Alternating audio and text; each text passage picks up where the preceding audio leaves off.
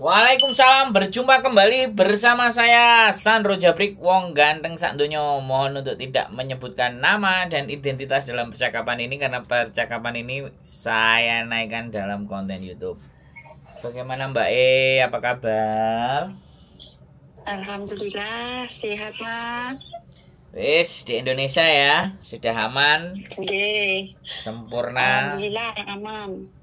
nggak ada masalah ya. Gak ada. Semua baik-baik saja. Oke, Ya, kita alhamdulillah. mau ceritakan ya. Ini kisah nyata ya, pengalaman sampean ya. Iya. Jadi boleh diceritakan awal kita bertemu terus sampai akhirnya hari ini sampean pulang ke Indonesia, boleh kan? Untuk pengalaman buat teman-teman. Jadi wes sampean sendiri aja yang cerita, monggo. Berarti sampai awal ya Mas, dari awal Ya. sampai nganter aku kayak ke imigrasi kayak ya. Ketemu aja dulu. Ketemuan waktu itu dulu ketemu di mana, terus seperti apa sampai alurnya. Jadi sekarang sampean sudah nyampe rumah. Oh, awalnya saya lihat di Facebook dan YouTube, terus saya cari ke rumahnya Pak siapa itu Yuni, kemudian Miss Mbak Yuni. Yuninya Miss Yuni, kemudian ketemu juga sama Mas Sandro. Terus saya ke sana minta tolong mau pulang, minta bantuan diarahkan. Nah, ternyata sampai di sana kan Mas Sandro sanggup nganterin saya ke imigrasi Kowloon B. Siap. Nah, kemudian pada tanggal berapa itu saya sudah siap ngabari Mas Sandro, kita ketemu di MTR, mana itu Mas, lupa saya. Iya, ketemu di MTR. Langsung? Iya wes, ketemu menuju di MTR, gedungnya. terus menuju gedung imigrasi Kowloon B. Siap. Terus di sana langsung diantar ke atas itu nyerahkan dokumen. Saya bawa paspor asli ya, paspor asli. Kalau ada lebih baik yang asli. Walaupun mati nggak apa-apa, dibawa aja. Kalau ada KTP ya sekalian. Disimpan juga nggak guna. Dibawa pulang juga nggak guna. Lebih baik diserahkan. Oke, terus? Biar proses lebih cepat. Di sana disuruh masuk, nanti ditanya mau nggak di loket itu, ditanya mau pulang apa mau stay di Hong Kong. Saya jawab mau pulang. Terus disuruh nunggu sebentar. Kemudian dimintai nomor telepon sama alamat rumah yang ditinggali. Ditulis di situ. Kemudian disuruh pulang lagi dan dikasih jadwal ke Kowloon B lagi. Gitu. Pas tanggal itu selang 21 hari kalau nggak salah. Saya ada jadwal ke situ lagi. 3 minggu berarti ya? 3 minggu dari setelah menyerahkan dan laporan itu ya? Iya. Tapi nggak tentu, biasanya ada yang lebih cepat. Oh, tergantung. Ada yang lebih cepat. Tergantung antrian. Siap. Siap, terus? Iya. Terus pada waktu yang ditentukan saya ke sana lagi, saya diwawancara lagi apa Mas, di interview. Iya interview. Sampai lupa yo. Di interview apa itu kan ditanya apa itu selama di Hong Kong overstay berapa lama, terus alasan overstay kenapa. Tapi saya nggak ditanya kerja apa enggak, soalnya di situ ada penerjemah. Saya tinggal jawab iya apa tidak gitu aja. Jadi mempermudah, kalau jawab iya mempermudah apa itu proses ya. Tapi kalau misalnya kalau nggak cocok sama jawabannya, sampai bisa kita jawab lagi lain lagi, misalnya bukan begitu ya, nggak apa-apa. Terus setelah di interview selesai, terus sidik jari lumayan lama interviewnya. Sama nunggu sidik jari. Makanya kan saya bilang pertemuan berikutnya pakai jaket, sarapan. Iya. Dingin soalnya. Lah ya pakai jaket, sarapan ya toh. Pakai jaket, sarapan yang kenyang karena interview panjang, oke? Kira-kira berapa jam, Mbak? Interview?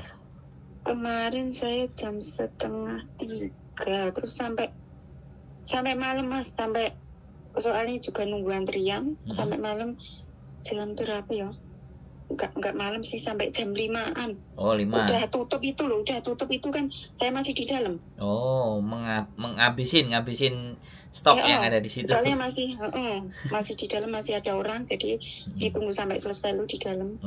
Terus setelah itu pulang lagi. Saya dikasih surat lagi, ya dikasih arahan lagi dari sana, suruh ke Madaukok. Iya, dikasih kertas kuning kayak gitu, diarahkan, di situ tertulis kan saya berapa lama overstay itu, nanti tergantung overstay-nya berapa lama. Di situ ditulis kena denda sekian begitu. Terus imigrasinya menyarankan kalau tidak ada uang cukup bawa uang, kalau nggak ada 1.000 ya 500, tapi kalau nggak ada 500 ya 100 juga nggak apa-apa gitu loh. Jadi kitanya adanya berapa ya itu. Yang penting saran saya jangan banyak-banyak gitu aja. Yang penting ada 200 ya nggak apa-apa, 100 juga nggak apa-apa. Mending begitu saja. Bawa duitnya yang dikit-dikit pas aja seadanya. Nggak semuanya dibawa. Iya, daripada nanti ya bisa diambil, tapi kan daripada ribet gitu loh. Nah, setelah itu pas tanggalnya saya ke Madaukok, dan di sana saya cuma menyerahkan kertas itu sama ngasih jaminan uang itu ya. Terus diarahkan lagi saya ke Satin, ya pulang dulu, terus di jadwal lagi saya disuruh ke Satin gitu. Terus dan pas tanggal ke Satin itu diarahkan ke tempat pengacara dulu. Di sana ke tempat pengacara, terus di interview lah intinya, apakah Mbak mau pulang, Mbak overstay sekian lama, terus tinggal jawab iya gitu aja, menyerahkan diri. Oke lah. Setelah itu menunggu sidang, berkasnya kan dibawa semua, terus menunggu sidang dan didampingi pengacara tersebut. Hari itu juga atau hari lain?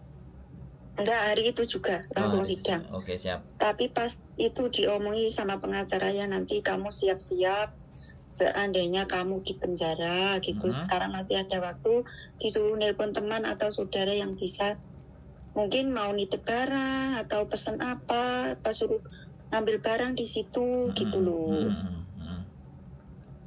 Terus ya wes bisa telepon teman terus sambil nunggu sidang.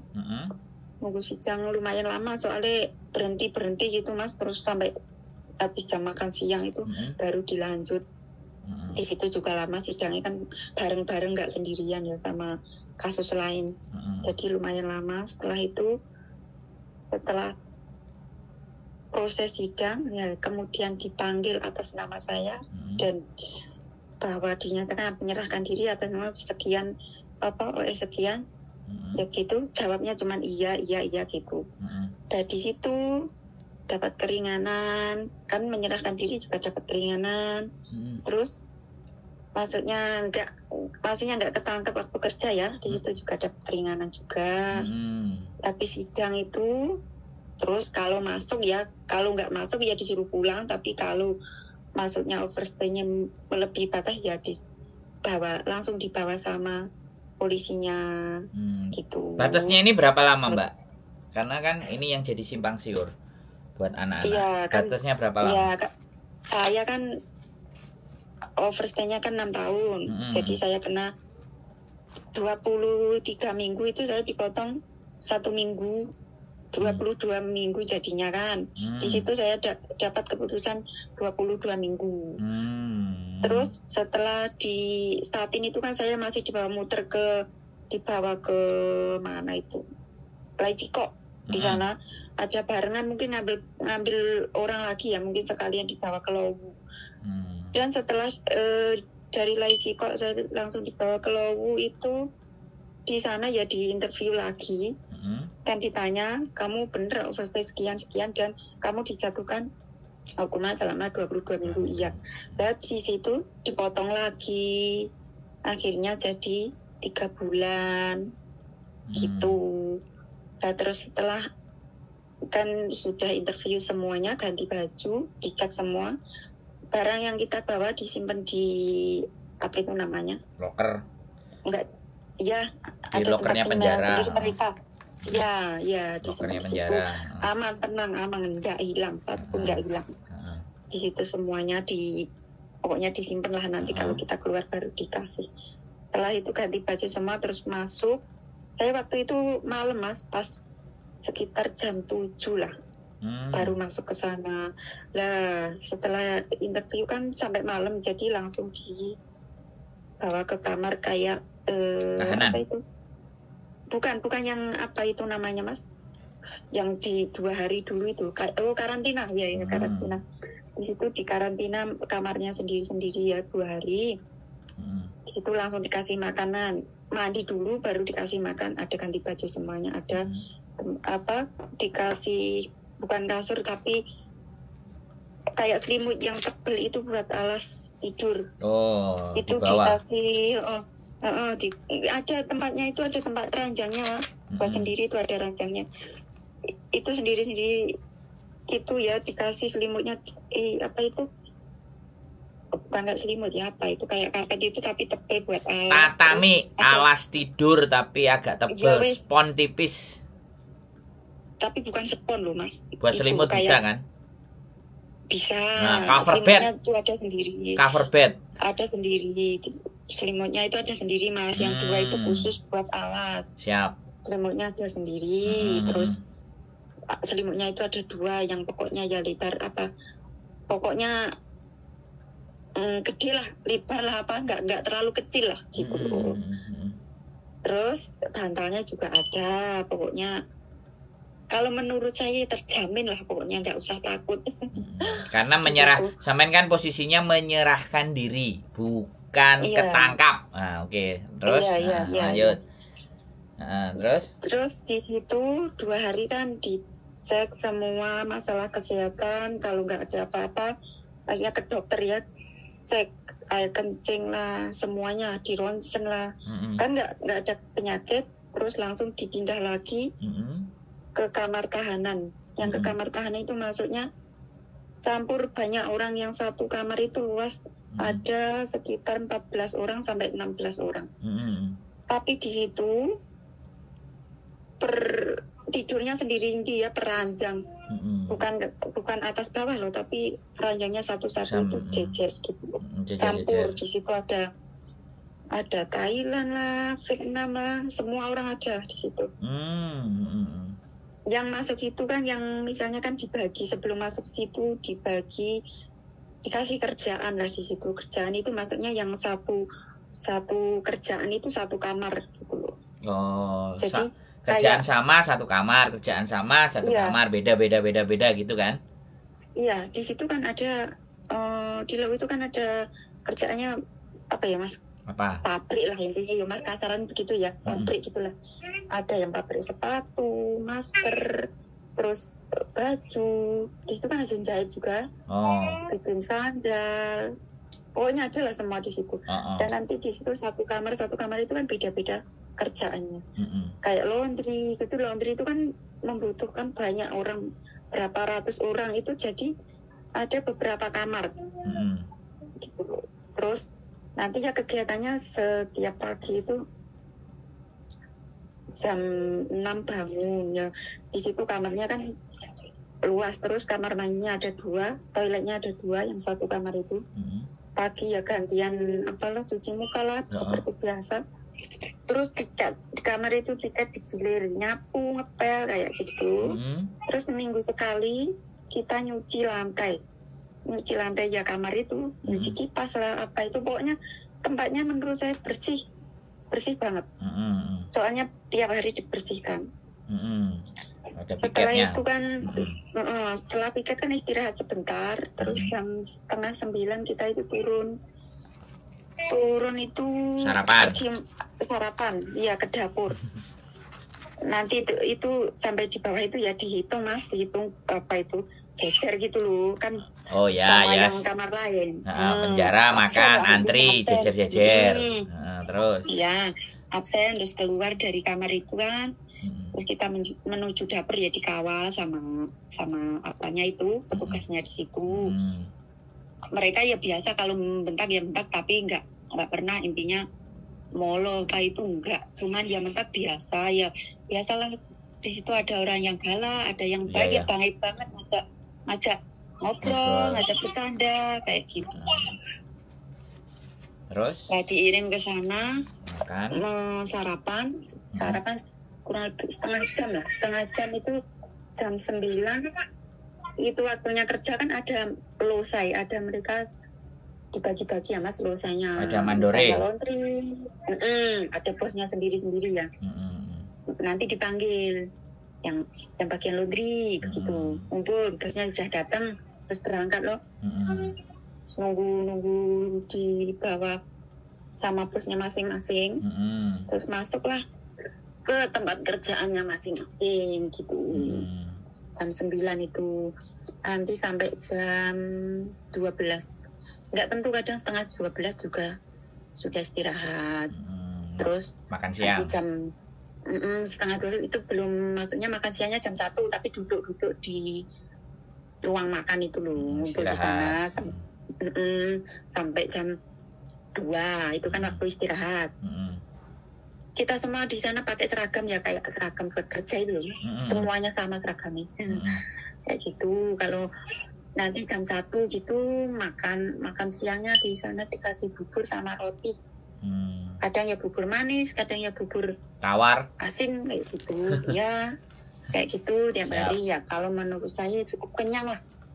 Soalnya porsi saya enggak banyak ya. Oke, siap. Pagi juga nasinya juga oke lah, banyak banget, soalnya enggak, saya cuma habis setengah itu udah mending loh, soalnya banyak nasinya.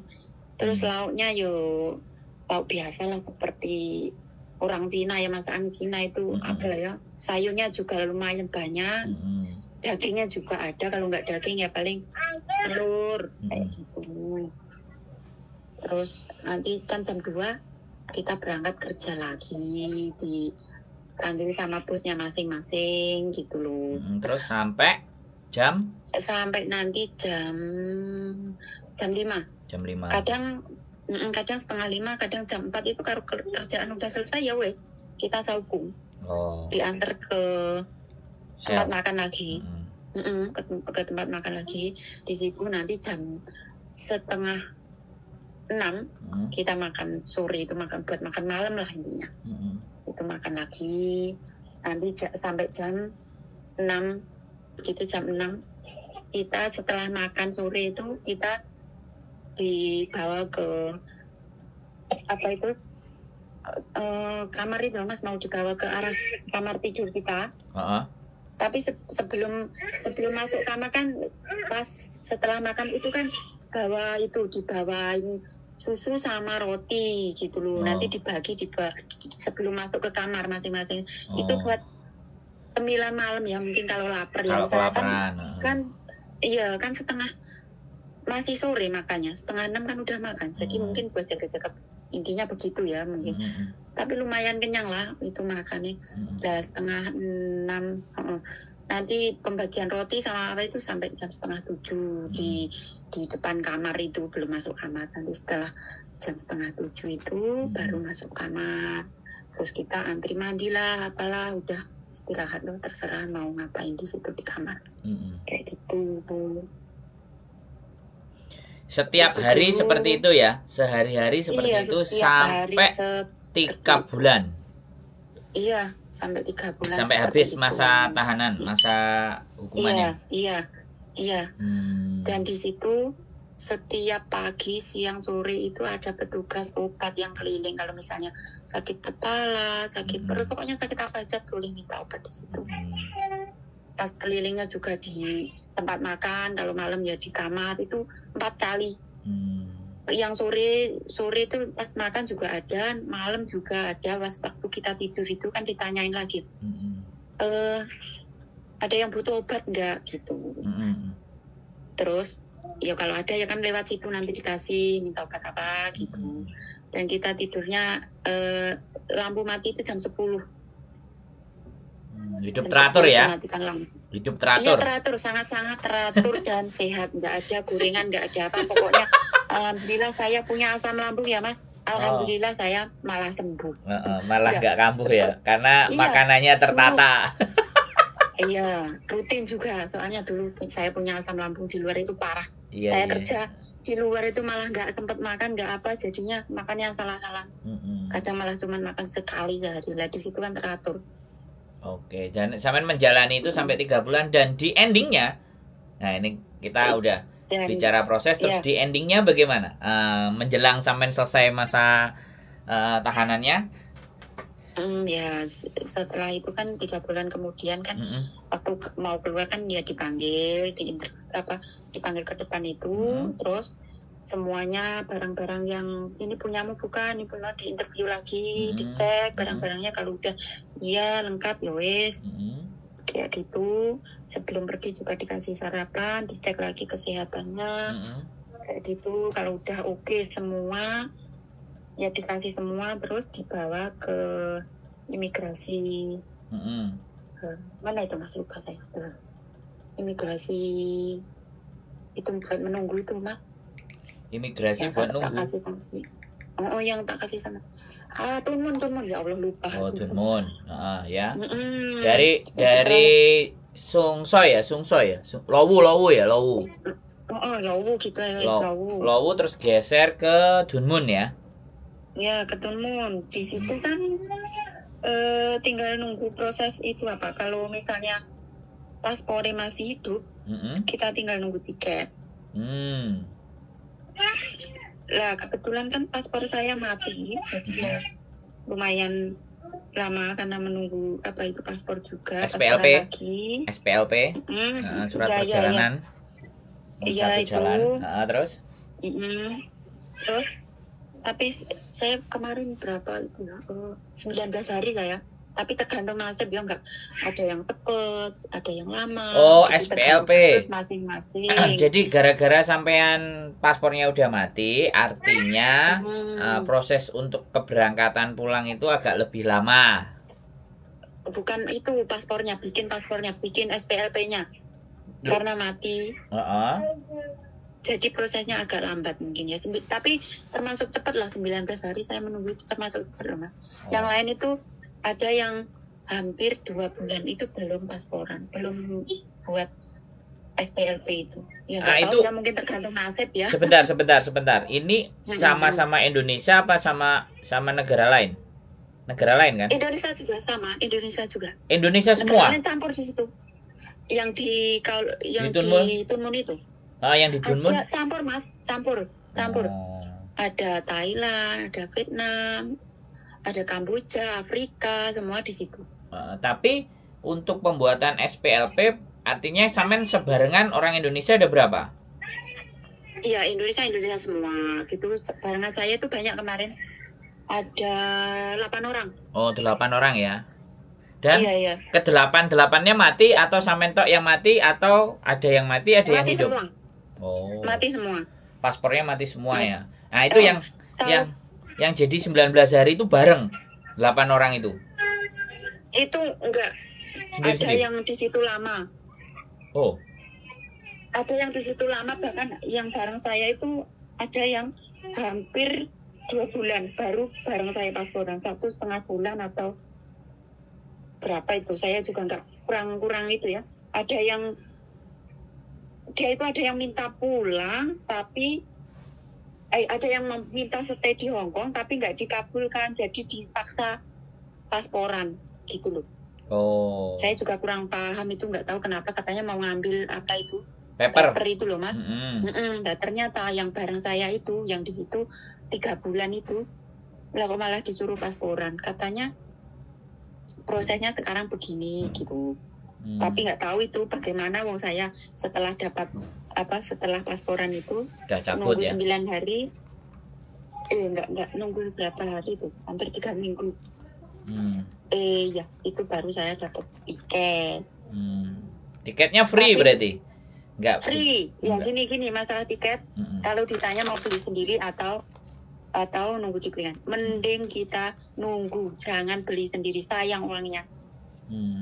Soalnya petugas sana pun mengarahkan untuk menunggu. Tapi kalau beli sendiri, no problem kan? Lebih cepat kan?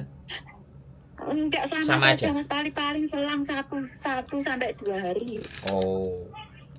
Soalnya gini Mas, saya pernah ngomong saya mau beli sendiri, tapi gini, saya mau beli sendiri tanggal sekian, nggak bisa. Harus nunggu keputusan dari sana. Nah sayang kan uangnya, misalkan tiket saya dibelikan tanggal 25, terus saya suruh beli tanggal 23. Nah tinggal nunggu 2 hari apa itu loh Mas. Oh. Ya mending nunggu 2 hari daripada kehilangan uang segitu. Oh. Artinya ya itu. Artinya apapun yang kita lakukan keputusannya pada mereka. Lah kalau kita keluar dulu terus kemudian beli tiket pada saat di luar nggak dikasih. Lah ini beda lagi Mas. Kemarin kan ya interview itu pas datang itu juga ditanya, kamu ada tempat tinggal nggak? Maksudnya nanti seandainya kamu disuruh nunggu di luar, dimintai nomor telepon sama alamat. Itu pun nggak semua orang boleh ternyata. Oh. Ya apa itu ya? Kalau proses saya dulu loh ya, yang sekarang saya nggak tahu loh ya, yang saya alami. Ya sampean alami aja, kita nggak perlu bandingin orang lain. Yang sampean alami aja. Yang itu, yang ibu-ibu yang bareng saya kan saya interview di situ, ada ibu-ibu juga diinterview lagi di situ itu sudah 1 bulanan ya, belum pasporan katanya begitu. Lah bareng lagi sama saya diinterview gitu. Lah ternyata saya di situ berapa hari kemudian ibu-ibu disuruh keluar, disuruh nunggu di luar, belum pasporan. Ya itu nggak tahu kenapa kok malah saya minta nunggu di luar itu nggak dikabulkan, tapi ibu itu yang nggak meminta malah disuruh keluar gitu. Saya juga bingung, nggak tahu imigrasi itu gimana, orang yang minta keluar aja nggak dikasih, tapi yang nggak mau keluar malah disuruh keluar kayak gitu. Ya anehnya kan di situ. Ya berarti proses interview itu yang menyebabkan keperbedaan interview, hasil interview.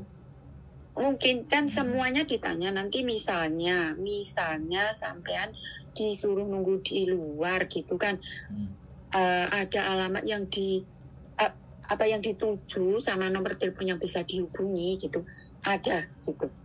Kayaknya langsung jawab ada. Ya semuanya di interview begitu. Jadi misalnya kalau hari ini kamu keluar nunggu di luar gitu kan sudah ada alamatnya itu, udah ada nomor telepon yang bisa dihubungi, jadi langsung bisa keluar gitu.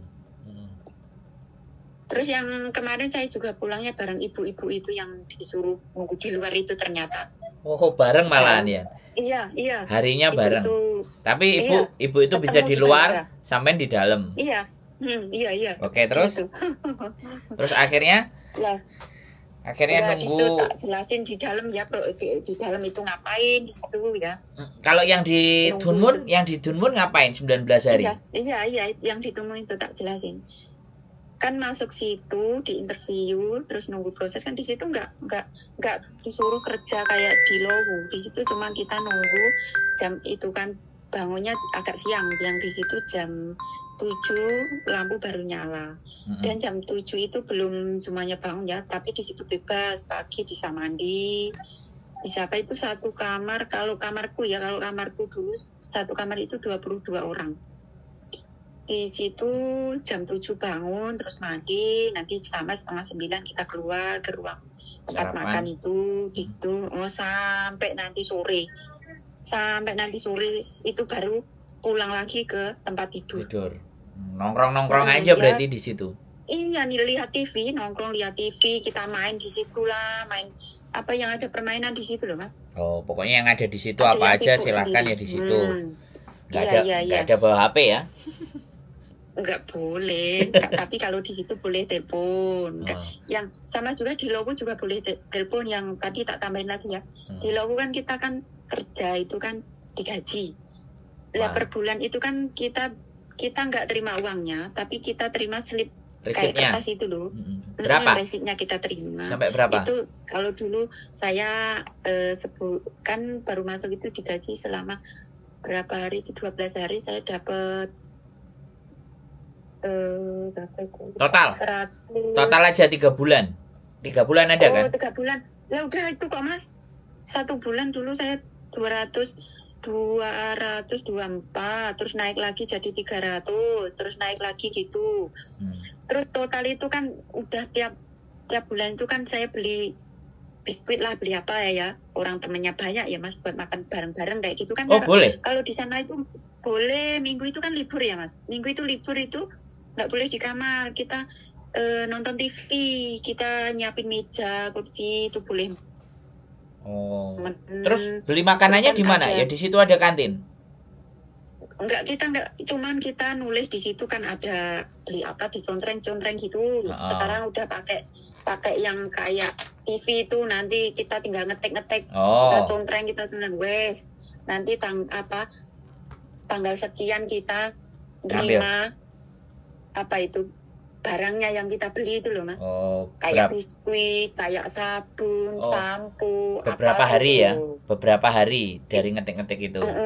Misalnya kita tanggal 25 gitu kita nerima resip itu kan. Terus berarti nanti gajian kita tanggal 3, atau tanggal 5, atau tanggal 6 gitu kan. Antrian, menurut antrian. Soalnya banyak Mas, di situ ada sekitar 1.500-an dulu ya orang. Jadi kita nunggu antrian. Gaji total 3 bulan. Kalau sampean total semuanya dapat duit berapa? Ya aku nggak ingat Mas kalau total semua, tapi aku keluar itu bawa uang 1.000 Mas. Keluar dari sana masih ada sisa uang 1.000. Ke Dunmun itu masih sisa 1.000. Iya, tak bawa ke Dunmun itu. Bisa dapat 4.000 nggak kira-kira? Atau 3.000? Ya, kalau lama dapat lebih Mas, kalau lama. Ya, kalau di situ mungkin kan sampean 3 bulan nih. Sampean 3 bulan Enggak nyampe.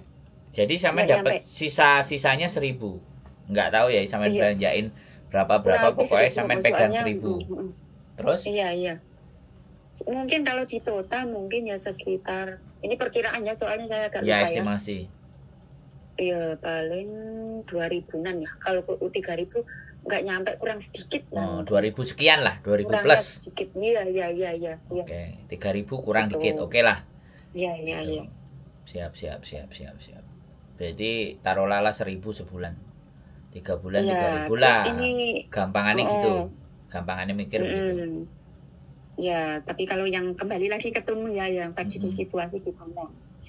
Yang di Tunmun itu kan kita cuman duduk aja, nyantai, terus main, lihat TV sampai sore, itu kan 6:30, kita baru masuk kamar lagi, ya seperti biasa itu mandi, terus ya wes tiduran sampai malam. Nanti ya sama ada obat yang keliling kayak gitu. The last of the day, di hari akhir menuju sampean pulang bagaimana prosesnya? Ya nanti kan dikabari ya sebelum 3 hari atau 4 hari sebelum kita udah dapat tiket itu dikabari, nanti kamu tanggal sekian dipanggil kan, kamu terbang gitu. Nanti kamu ada barang nggak di luar, atau temanmu mau nganter gitu ke sini, atau temanmu mau nganter ke bandara kayak gitu. Nah, kebetulan kalau misalnya temennya bisa ke bandara, ya lebih baik nganter ke bandara, Mas, kan kita bisa ngobrol, kita bisa pelukan, misalnya begitu. Ya mending ke bandara aja saran saya kalau ada temen lo. Kalau saya diantar ke bandara kemarin, jadi teman saya di situ bisa nyantai lah, duduk di situ ngobrol, terus nganter sampai saya mau masuk ke. Nah, dari Dunmun diantar ke penjara, dari penjara Dunmun diantar ke bandara itu pakai mobilnya di Dunmun ya?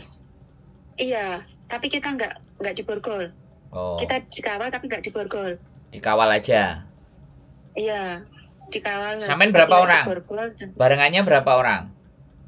Saya cuma 2 orang sama ibu yang saya ceritakan tadi. Oh, sama-sama dari Indonesia. Iya. Yang dari luar nggak ada? Nggak ada. Oh, cuma 2 aja ya? Ada di situ tapi saya nggak kenal. Ada laki-laki, Mas. Nggak kenal saya. Dari luar? Tapi bareng juga. Iya. Orang mana saya juga nggak paham itu. Pokoknya luar. Tapi jadi kita beda pesawat loh ya. Beda pesawat loh ya. Iya, maksud saya ke bandaranya dari Dunmun itu loh, sampean berdua berarti kan?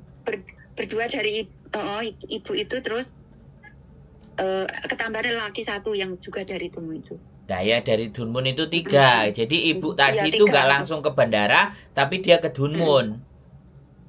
Maaf, salah masalah. ibu itu ke bandara, ya Allah, ke bandara Mas, maaf. Nah ya Ibu kan ke bandara sampean berdua sama laki-laki itu yang nggak tahu dianterin mobil penjara dari Dunmun ke bandara kan gitu tuh. Iya.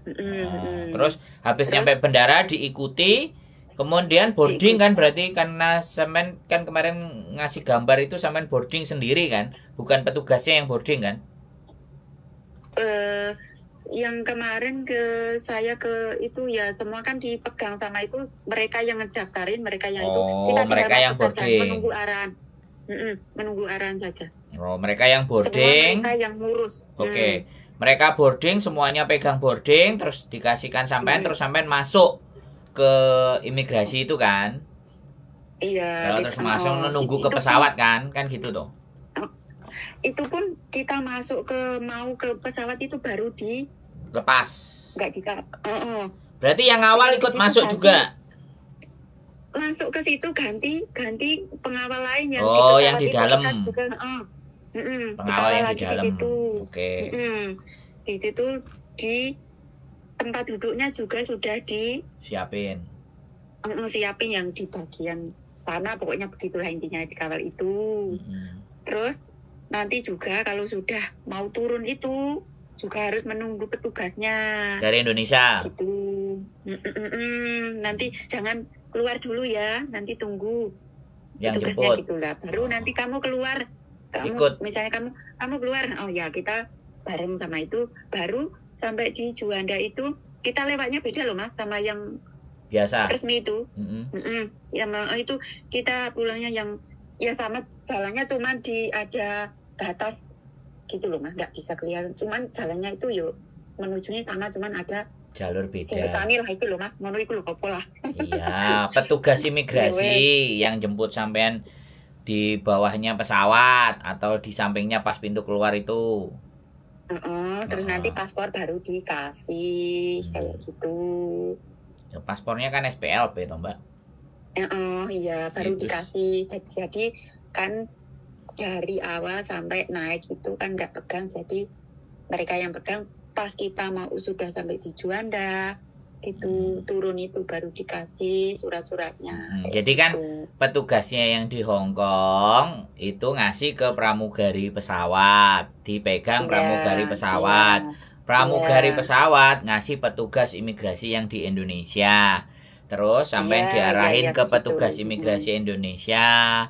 Terus sampai dilewatkan jalur yang berbeda, terus sampai keluar kan gitu tuh. Soalnya kalau dari bandara aku sudah pernah, karena aku kan 5 kali dideportasi juga.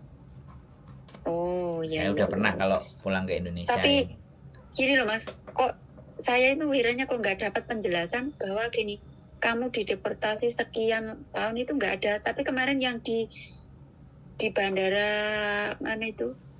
Juanda itu ngomong gini, imigrasinya ngomong kayak gini, nggak apa-apa, ini paling 1-2 tahun kamu boleh masuk Hong Kong lagi loh, ini nggak masalah, ini katanya begitu. Terus saya tanya lagi gini, lah misalnya ini kan nggak tahu kapan boleh masuk kan gitu.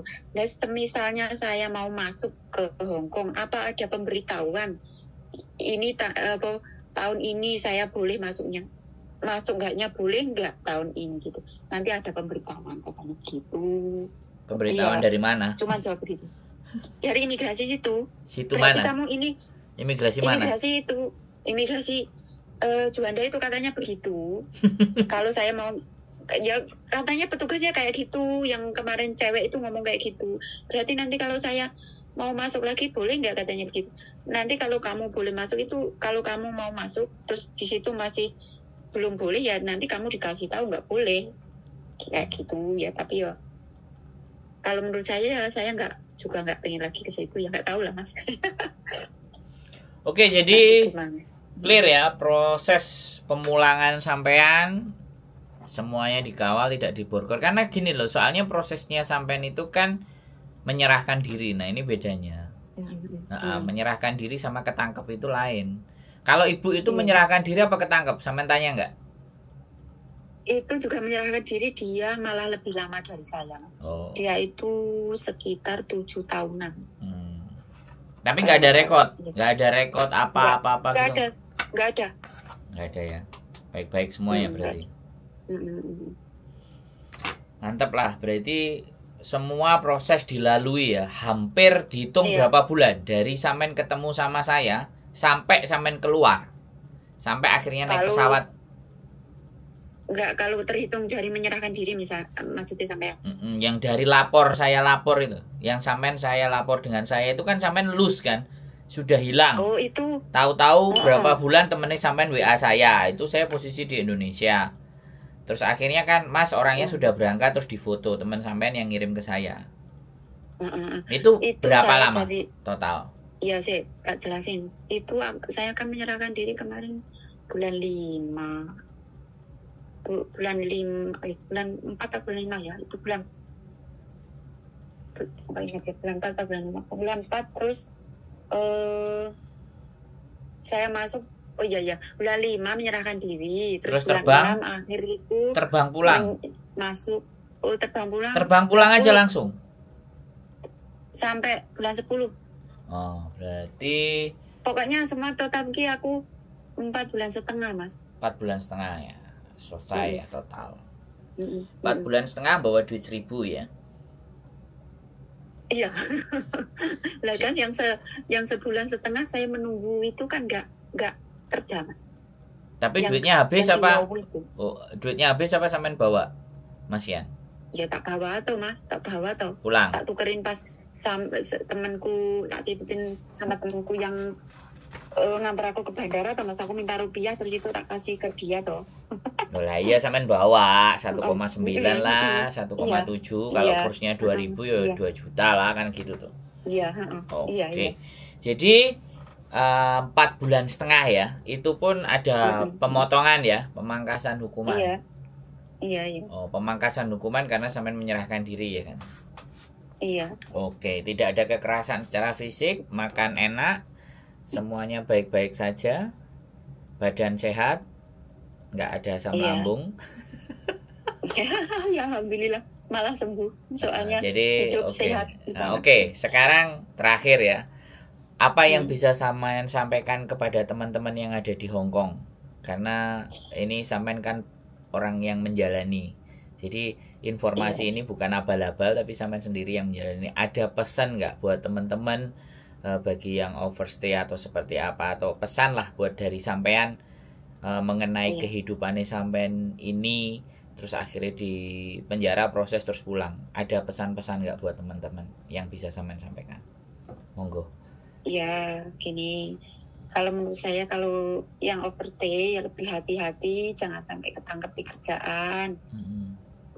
Lebih hati-hati pokoknya, kan sekarang rawan ya. Lebih baik nanti menyerahkan diri saja, lebih ringan daripada nanti ketangkep di kerjaan lebih lama.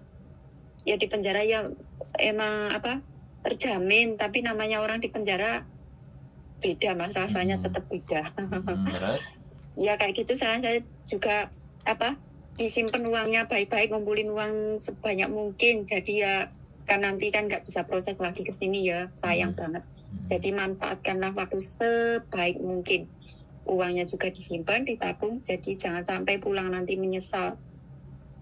Nggak kan kalau sudah di Indonesia kan nggak terima gaji sebesar itu loh. Jadi ya itu disimpan uangnya, nanti bisa buka usaha di Indo gitu. Jaga baik-baik gitu aja ya. Iya, jangan sampai sia-sia lah kita OS di situ, terus sia-sia kita uangnya dihabisin di situ, sayang banget, sangat sayang sekali. Jadi lebih hati-hati gitu. Sudah OS, manfaatkan.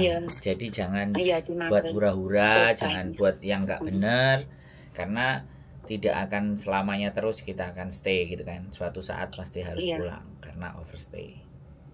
Sip, berarti tidak semengerikan apa yang mereka ceritakan ya. Jadi baik-baik semuanya, sehat dan pulang. Cuman ya itu tadi masih tanda tanya besar, apakah masih bisa balik ke Hong Kong atau tidak, kan seperti itu. Iya.